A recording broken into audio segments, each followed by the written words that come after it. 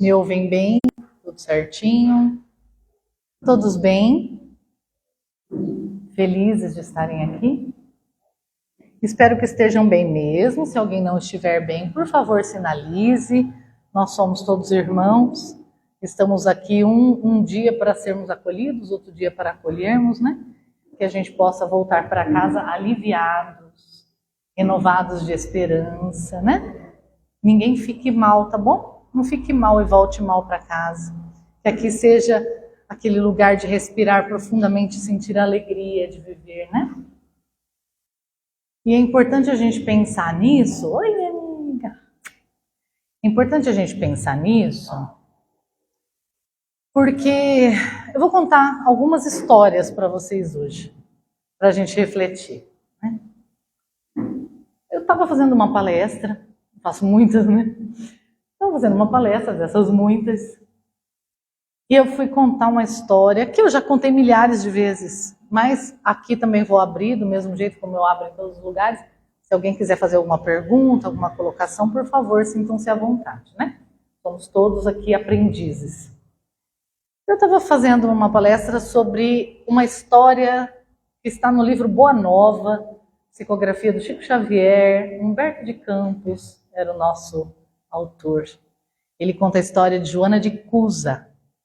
Alguém já leu essa história? Não? Então eu não vou dar spoiler.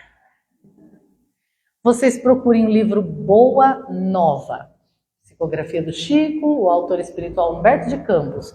Vocês vão procurar a lição Joana de Cusa. Eu só vou dizer para vocês que vocês vão ficar muito impressionados com o final dela. E eu não vou dar spoiler, né? Mas o que eu posso dizer para vocês, que me chamou a atenção dando essa palestra, é que uma pessoa que assiste muito as minhas palestras, porque eu vou em várias casas muitas vezes, né? Então a gente acaba um ou outro rostinho que a gente vê mais guardando. Ele falou assim: eu sou seu fã. Eu fiquei preocupada. Ele falou: eu sou seu fã, mas eu não gostei dessa história. Porque essa história fala muito de renúncia. E Joana de Cusa dialogou com Jesus. Ela foi procurar Jesus. E só entrando um pedacinho para vocês entenderem, ela tinha um relacionamento conturbado com o esposo. E ela entendia que devia forçar de algum modo o marido a se tornar cristão. Mas Cusa era um trabalhador do governo romano, um intendente, e tinha muitas vantagens, inclusive econômicas, com isso. E a posição dele para obter o máximo de vantagens possível é ficar em cima do muro. Nem era judeu, nem era pagão. Uma hora ele estava adorando os deuses, daqui a pouco ele estava adorando o Deus único dos hebreus. E por aí vai. Então ele não queria se posicionar. E ela achava que tinha que impor o cristianismo para o marido, porque se ela não impusesse, poderia ser uma fraqueza moral dela, ou uma negligência com um companheiro de jornada terrena. Não foi essa a orientação que Jesus deu. Jesus disse para ela que o evangelho não se impõe. Se fosse para impor o evangelho, por que Deus não impunha o bem para as criaturas? Porque Deus não tem capacidade? Então, ele não impunha porque a lei divina não exige, ela convence. E toda transformação moral de alguém é um ato de decisão. E então, quando chega no final da história e ela passa por um flagelo muito doloroso, ela se entrega a esse flagelo. E esse meu companheiro não gostou da história porque ele achou que a Joana devia ter gritado, imposto, exercido seus direitos. E hoje a gente vê muito isso, né? E aí ele usou como exemplo, e eu acho muito importante a gente pensar nisso, ele usou como exemplo a questão dos movimentos sociais, do respeito às diferenças, o movimento feminista e etc. E de fato, quando nós olhamos há 30, 40 anos atrás, se a gente for olhar uma reportagem daquele tempo, a gente fica horrorizado. Eu me lembro de já ter comentado aqui nessa casa. Reportagens extremamente discriminatórias, racistas, homofóbicas, que eram veiculadas normalmente na TV. Hoje é um absurdo.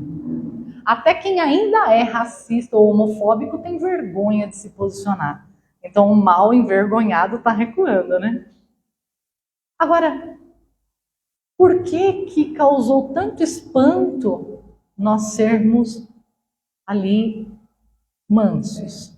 Porque a questão maior que estava por trás de tudo isso é que ele me disse assim, mas ela devia ter imposto a força, ela devia ter gritado, ela devia ter dito, né? E o que é força? Quando nós buscamos a doutrina espírita, no Evangelho segundo o Espiritismo nós vemos lá, obediência e resignação é força. Afabilidade e doçura é força. Mansidão é força. São todas forças ativas que ajudam o homem a sustentar o fardo que a revolta insensata deixa cair. Isso são palavras de Lázaro no Evangelho segundo o Espiritismo. Só que nós ainda achamos que força é aquela imposição. Nós ainda achamos que força é chegar com as armas, né, erguidas. Não é assim? E não foi isso que fez com que muitos judeus não acreditassem que Jesus era o Messias? Isso me chamou muita atenção, me fez refletir esse momento, quando nós conversamos sobre isso, por um motivo. Porque eu percebi que muitas vezes nós olhamos para Jesus e enxergamos ele como algo milagroso, como alguém miraculoso e distante de nós, e não como um exemplo a ser seguido. Nós olhamos Jesus como se ele estivesse num altar, imaculado, e não como um exemplo a ser seguido. Mas Jesus nos convida a exercitar as nossas potências como espírito. Em especial quando ele diz assim, brilha a vossa luz. Tudo o que eu faço, vós também podeis fazer e ainda muito mais. E essa experiência me fez pensar muito nisso, sobre como, em que lugar nós estamos colocando Jesus na nossa existência. Eu fui para Uberaba mês passado, de férias, tiramos umas férias, fui conhecer a casa do Chico Xavier. Eu me recordo de ter ido nessa casa quando eu era criança, minha mãe levou. Me lembro de ter feito muita bagunça no jardim. Devo ter tomado muitas broncas, correndo no meio das plantações ali que tinham flores, tinham roseiras. Quando eu cheguei, o centro estava todo restaurado, chama Casa da Prece, mantendo as características originais. Na hora que eu me deparei com aquele jardim, eu lembrei. Lembrei de quando eu corri ali, né? E dali eu fui conhecer também a casa onde morava o Chico Xavier, que hoje virou um museu, administrado pelo filho do coração dele, que é o Eurípides, onde eles mantiveram ali o quarto do Chico, o guarda-roupa do Chico, todas as coisinhas. E aí na parede, assim, Eurípides encheu as paredes de fotos do Chico e tal, né? E me causou muito espanto, porque assim, quando nós falamos de Chico Xavier, a gente vai lá, tem foto dele com o presidente da República, foto dele com os nomes mais eminentes da doutrina espírita, fotos dele com artistas, com cantores, com celebridades de todo gênero. E aí a gente fica pensando assim, né? O poder que esse espírito tinha. Não tinha um centavo no bolso, tudo que tinha dava. Mas tinha um poder, né? Um poder. O que ele pedisse para qualquer uma daquelas celebridades, será que ele ganhava? Qualquer coisa que ele pedisse, eles eram capazes de dar. O Chico nunca pediu nada. Né? E aí eu fiquei pensando em tudo isso, e na hora de ir embora, meu marido, que é muito tiete, fez amizade com o filho do Chico. Foi lá, até pegou o WhatsApp dele, chamou ele de gatão. Pegou o WhatsApp dele, e aí a gente pegou amizade. E aí na hora que a gente estava saindo, ele falou assim para mim: Juliana, vou te doar, é um presente, um livro meu, de entrevista, onde eu respondo perguntas e relato casos da vida do Chico, da intimidade dele, que não estão em lugar nenhum. Eu falei, nossa, vou adorar, e ganhei o livro. Eu li em uma tarde, no domingo. Eu não conseguia parar de ler o livro. E foi muito interessante, se eu falar para vocês, se eu puder resumir numa impressão que esse livro me causou, foi o espanto do quanto o movimento espírita foi um dos obstáculos que o Chico teve que enfrentar. O próprio espírita. É incrível como o Chico teve que discutir com espíritas. Espíritas que às vezes chegavam em caravanas e queriam ter uma conversa com o Chico às 4 horas da manhã, quando ele tinha acabado de voltar do centro. E se sentiam muito importantes, e precisava ser aquelas 4 horas da manhã a conversa.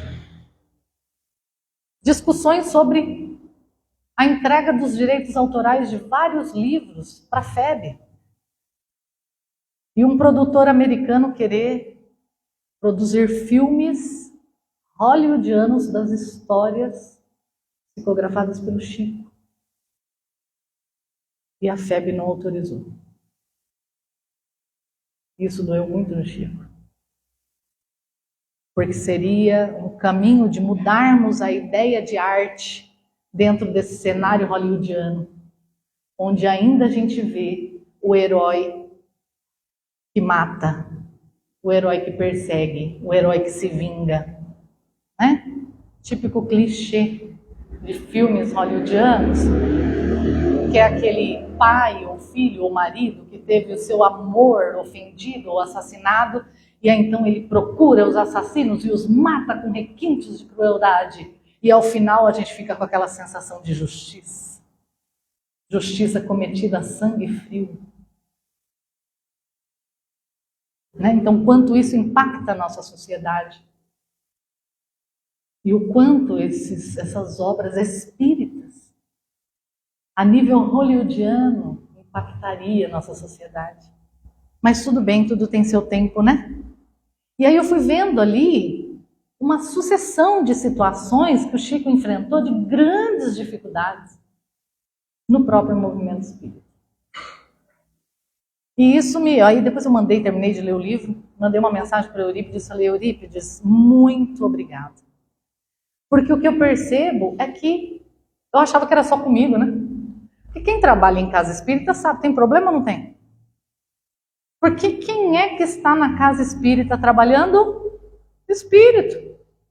Evoluído. Até o meu marido falava para mim, você está indo muito no centro. Aí você vem aqui e briga comigo em casa. Eu falava para ele, então eu estou indo pouco, eu tenho que ir mais, porque eu não vou porque eu sou boa, eu vou para ficar boa. Não está dando certo. Né? Então, quem é o trabalhador da casa espírita? É aquele que está se esforçando por se transformar. Ele não está pronto. E aí a gente tem todos esses problemas. E aí eu falei para ele, cara, estou muito feliz de saber que vocês sofreram também. Né? Porque dá um dado de realidade para a gente. E aí agora eu vou chegar no cerne da nossa reunião de hoje, que é, por que a Terra? Porque nós olhamos para esse cenário e muitas vezes nós vemos o quê? Muitas dificuldades, não é? Vocês têm problemas? Alguém aqui não tem problema nenhum? Pode levantar a mãozinha para mim. Ah, que lindo! Parabéns, adorei você. Por enquanto, filho. Lamento, por enquanto. Não é? Gente, a gente liga a televisão, vê problema. Mundo cheio de guerra. Enchentes, catástrofes, um monte de problema. Aí a gente pensa assim, né? Ah, tô indo bem, ó, não matei ninguém até agora, não, apesar da vontade. Não matei, não roubei, não traí. Então tô indo bem na reencarnação, né? Aí eu fui atender uma cliente no escritório para uma ação trabalhista, que também me fez pensar muito. Essa cliente, ela trabalhava num escritório de contabilidade, com muito movimento. Uma das reclamações que ela trazia para mim era que cada vez que saía um funcionário, ao invés de ser reposto, aumentava a carga de serviço dos outros que ficaram, porque não vinha funcionário novo para repor. E vocês gostam de WhatsApp? É bom? É bom.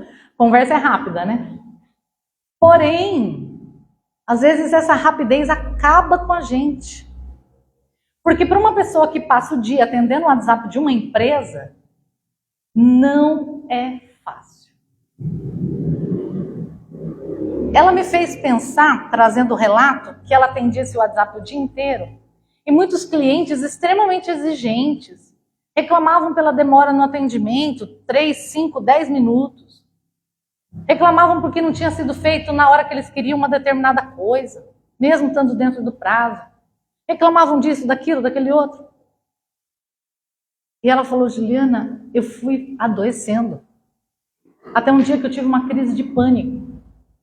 E eu fui parar no psiquiatra e fui diagnosticada com transtorno de ansiedade generalizada.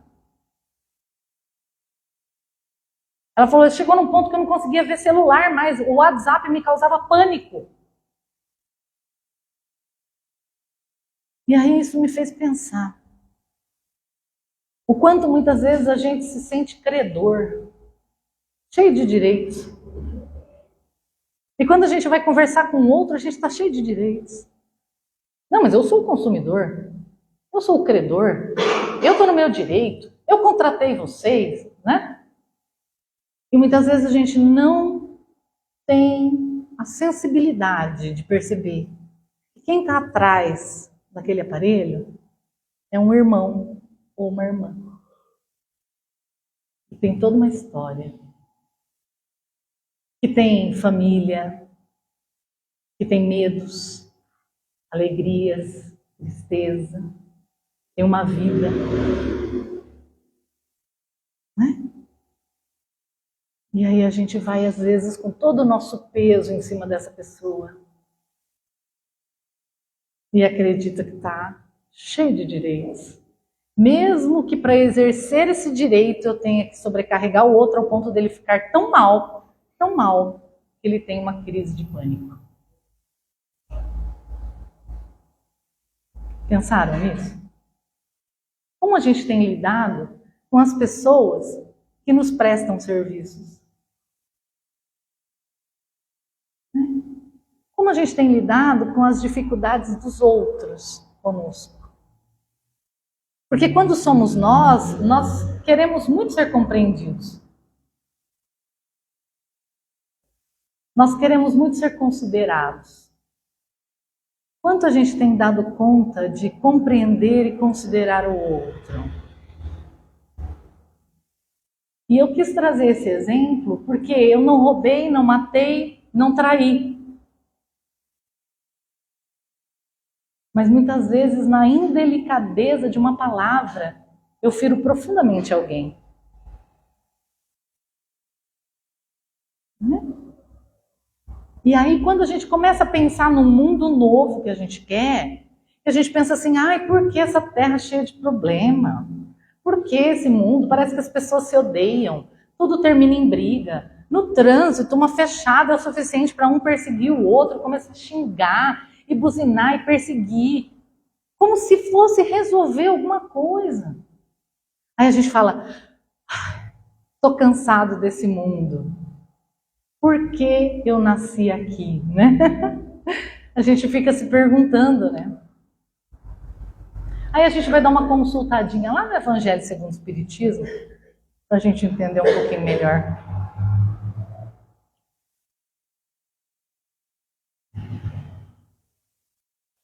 E tudo isso que eu estou trazendo no intuito da gente ter, porque olha só que interessante, né? Emmanuel, no livro A Caminho da Luz, ele diz que com a vinda de Jesus, inaugurou-se na Terra um tempo de maturidade espiritual. Eu falei, não sei aonde, né? Porque a gente olha e eu me sinto uma criança. A gente parece criança brigando no parquinho, né? Com coisas assim tão bobas. Eu falei, nossa, mas como assim? Será que Emmanuel quis dizer isso mesmo, né? Mas Emmanuel quis dizer isso. E eu entendi, depois de um tempo. Vamos imaginar a figura de uma mãe com um bebê. A mãe, o bebê, vamos começar pelo bebê. O bebê está com fome, o que o bebê faz? Chora.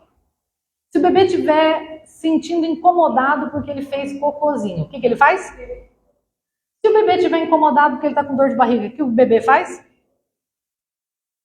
Se o bebê estiver com sono, mas não está conseguindo dormir porque está com ansiedade porque quer a mamãe, o que o bebê faz? Né? O bebê se preocupa em algum momento, mas será que eu vou incomodar a mamãe? Deixa eu ajudar a mamãe a fazer o almoço. Peraí, deixa eu me limpar aqui que eu já tenho condição. Não. O que o bebê faz? Pede. Ele demanda para si. Ele quer. Ele quer que as suas necessidades sejam atendidas. Essa é a postura do bebê, não é? O que a mãe faz? Ela ouve o choro, ela vai interpretar que choro é esse. Ela vai se conectar com este bebê. Ele não fala que é fralda, ele não fala que é fome, ele não fala que é cólica. Ela descobre tamanha conexão que ela cria com essa criança. Ela luta para atender as necessidades dessa criança. E enquanto ela não vê essa criança parar de chorar, ela não para. Não é assim? A mãe é o adulto, o bebê é a criança.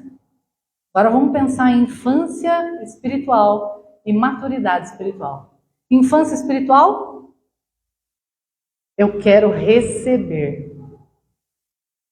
Eu me relaciono com os outros sempre querendo receber. Eu quero respeito, eu quero afeto, eu quero cuidado, eu quero amor, eu quero reconhecimento, eu quero gratidão, eu quero satisfação das minhas necessidades, eu quero. Como é a postura do espírito em maturidade espiritual? Servir.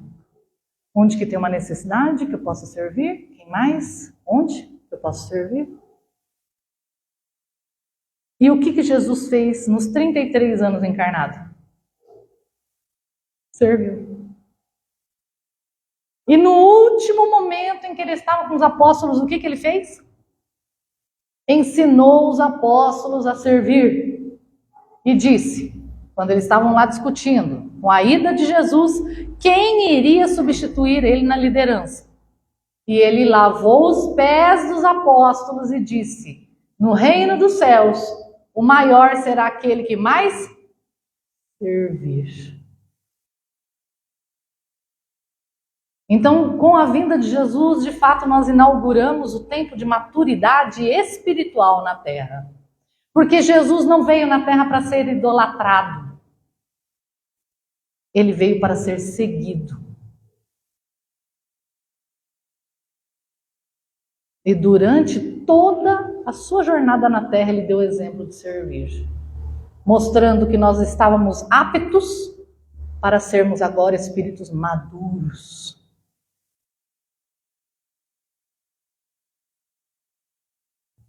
Percebe a diferença?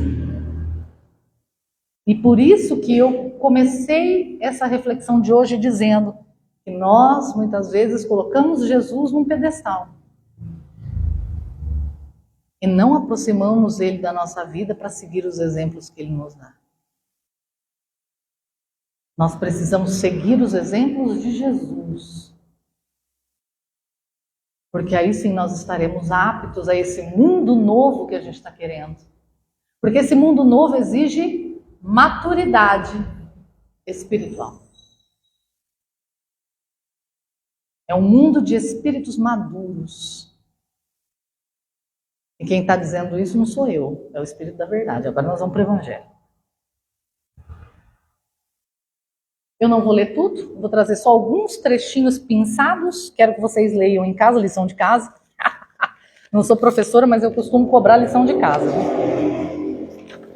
Vocês vão procurar. Capítulo 3 do Evangelho segundo o Espiritismo, e tem 13. Chama... Não, perdão, gente. Não é o 13.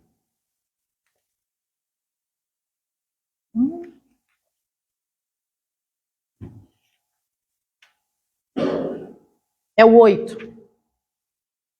Item 8. Mundos superiores e mundos inferiores.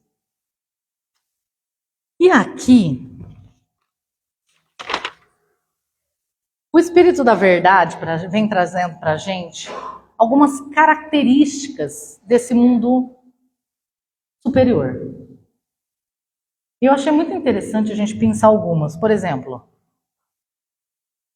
ele fala assim: nos mundos que chegaram a um grau superior, as condições da vida moral e material são bem outras que as de sobre a Terra. A forma do corpo é sempre, como por toda parte, a forma humana, mas embelezada, aperfeiçoada e, sobretudo, purificada. O corpo nada tem de materialidade terrestre, não está, por conseguinte, sujeito às necessidades, nem às doenças, nem às deteriorações que engendram a predominância da matéria. Os sentidos mais delicados têm percepções que neste mundo a grosseria dos órgãos sufoca. A leveza específica dos corpos torna a locomoção rápida e fácil. Quando a gente fala de beleza, né? O que é uma mulher bonita? Nós tivemos décadas de loucura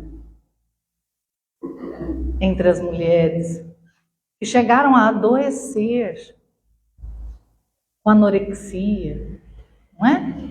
Por quê? Porque nós tínhamos um estereótipo de mulher bonita nas modelos e manequins que desfilavam nas passarelas. 20 quilos a menos do que a altura, 30 quilos a menos do que a altura. E isso adoeceu muita gente. Agora, dá uma olhadinha para sua mão. Pode olhar, olha para sua mão. Olha agora para sua mãozinha, olha com carinho. Percebe como é linda a sua mão? Que bênção divina você ter essa mãozinha. É uma bênção você ter essa mãozinha. Você está encarnado e tem uma mãozinha. O conceito de beleza entre espíritos mais elevados é outro. Não é um conceito que compete com o do lado. Quem é mais bonito que quem? É um conceito que sabe enxergar a beleza nas diferenças. E que a gente tem avançado como sociedade, por isso eu digo que a nossa sociedade está dando sinais de que a nova era está chegando.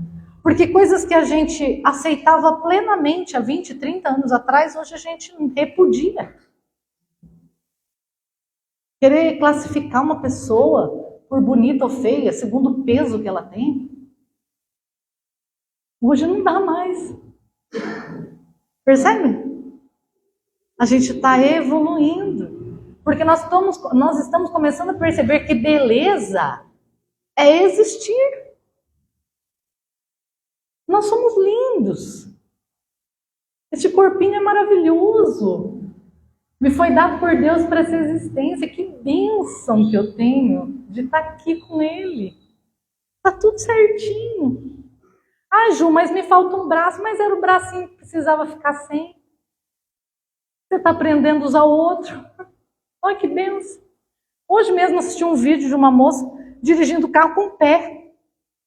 Saindo com o bebê para ir para o shopping num carrinho, dirigindo o próprio carro com o pé. Esse espírito não parou. Ele admirou o próprio corpo, que é temporário, e seguiu a marcha da sua existência. Feliz. Quando a gente fala de leveza, também, que ele fala aqui, né, mais leve, parece que a gente está andando flutuando.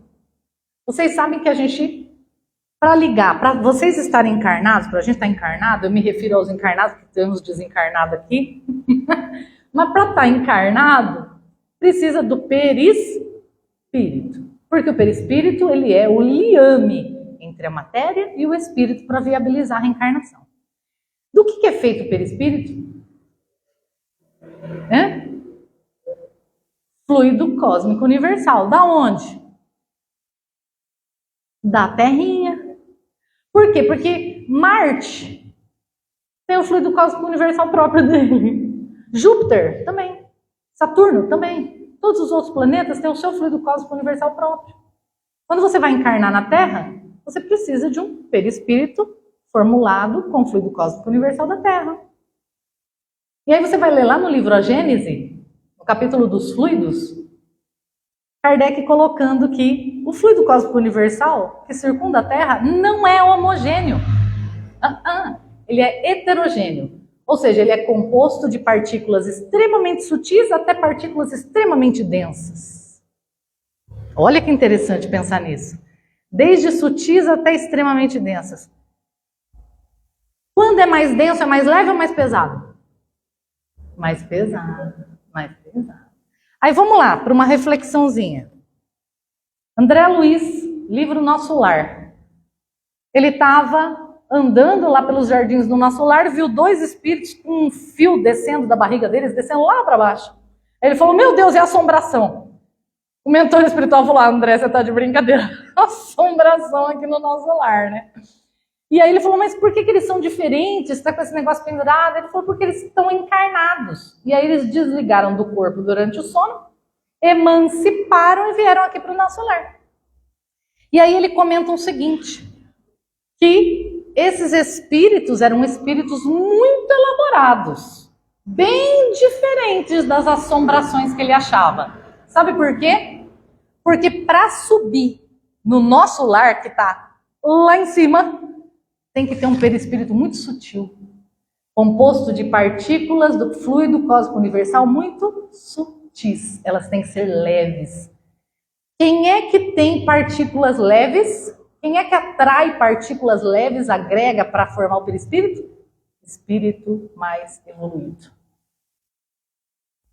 Quanto mais evoluído, mais leves são as partículas que a gente agrega. Por isso que os espíritos falam que a gente sempre dá uma passadinha no umbral, porque tem que deixar o peso lá. A gente está muito pesado. Tem que deixar um pezinho, fazer uma dieta lá no umbral, para depois a gente conseguir subir um pouquinho. Né? E como que a gente atrai essas partículas? Pela vibração. Quanto mais serenos, quanto mais leves, quanto mais amorosos os sentimentos que vibram em nós, mais leves as partículas que nós atraímos. Quanto mais pesados os nossos pensamentos, os nossos sentimentos, as nossas emoções, mais densas as partículas que a gente agrega. Percebe? Por isso que no mundo superior, ele inclusive fala ali, nem os horrores da morte a gente enxerga, porque a matéria, ela é bem mais sutil, bem mais leve. E ela é tão leve que a gente vive muito mais nesses mundos. As reencarnações são mais longas. E o período de infância é menor, é reduzido. Bem reduzido. Por quê?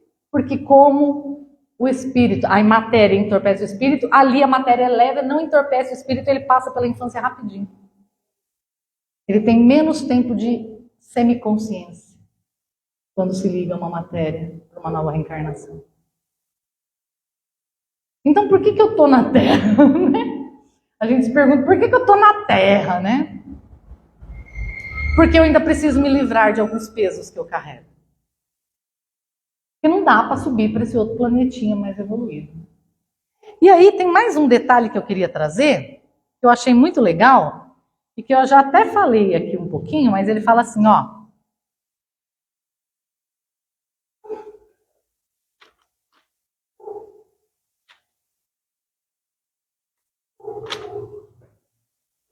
Aqui ele fala assim, ó.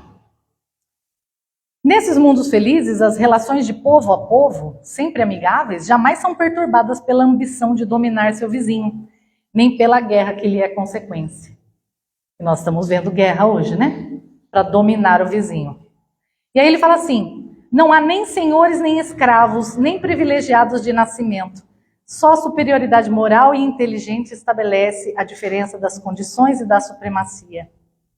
A autoridade é sempre respeitada porque não é dada senão a quem tem mérito e se exerce sempre com justiça. O homem não procura elevar-se acima do homem, mas acima de si mesmo.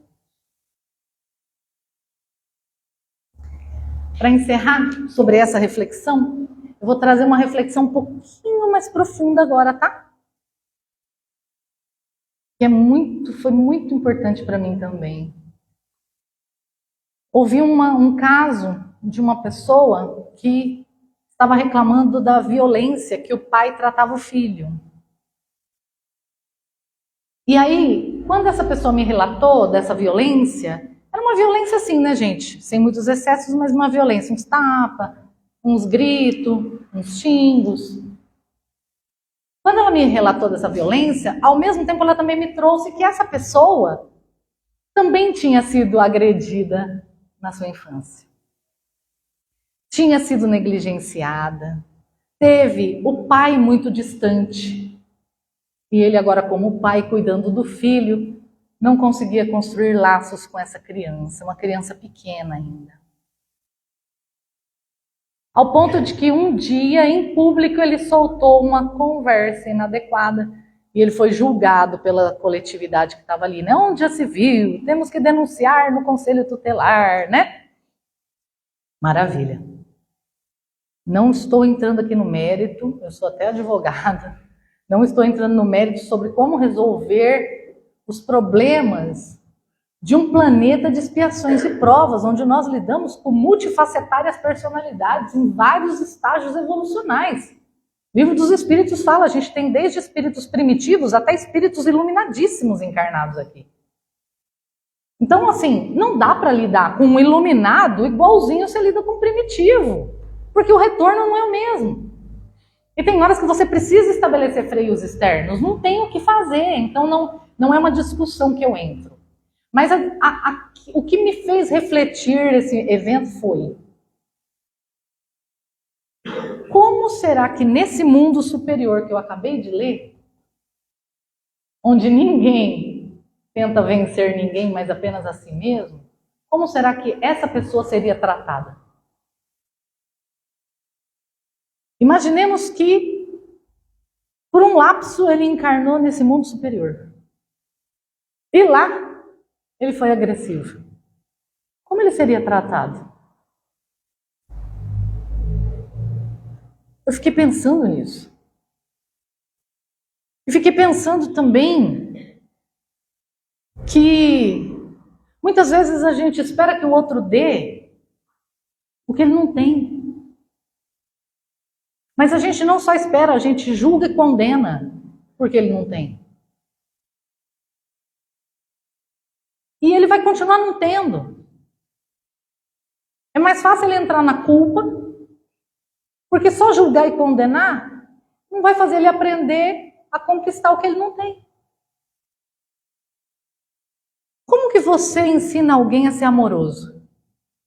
Batendo? Dando amor. Tratando com gentileza e com amor. Porque ele não sabe, ele precisa aprender. Ele não dá porque não tem. Precisa aprender. E aí, como é que eu tenho tratado quem não me dá o que eu quero? São reflexões profundas. Falei para vocês. Eu ia fechar com uma profunda. Né? Pra gente pensar. Porque a gente está cansado, não tá? A gente quer um mundo de paz. A gente quer um mundo novo. Mas será que esse mundo vai funcionar assim como a gente ainda funciona muitas vezes? À custa de punições, de culpas, de acusações, de medição de força, de indiferença, De falta de empatia? Ou esse mundo só vai acontecer quando nós todos nos unirmos para tentar suprir no coração dos nossos irmãos aquilo que eles não têm? Para tentar ser o porto seguro daquele que só dá indiferença porque nunca recebeu o caminho de amor, de cuidado. Nós vamos aprender. E eu acho que agora a gente já está pronto para sermos espíritos maduros, seguindo os exemplos de Jesus. E aí fica o conselho para a gente encerrar. Toda vez que você tiver que tomar uma decisão, pense o que Jesus faria se estivesse no seu lugar. Aí você já vai saber qual é o seu caminho. A escolha é sua, mas você vai saber o seu caminho. Que Jesus nos abençoe.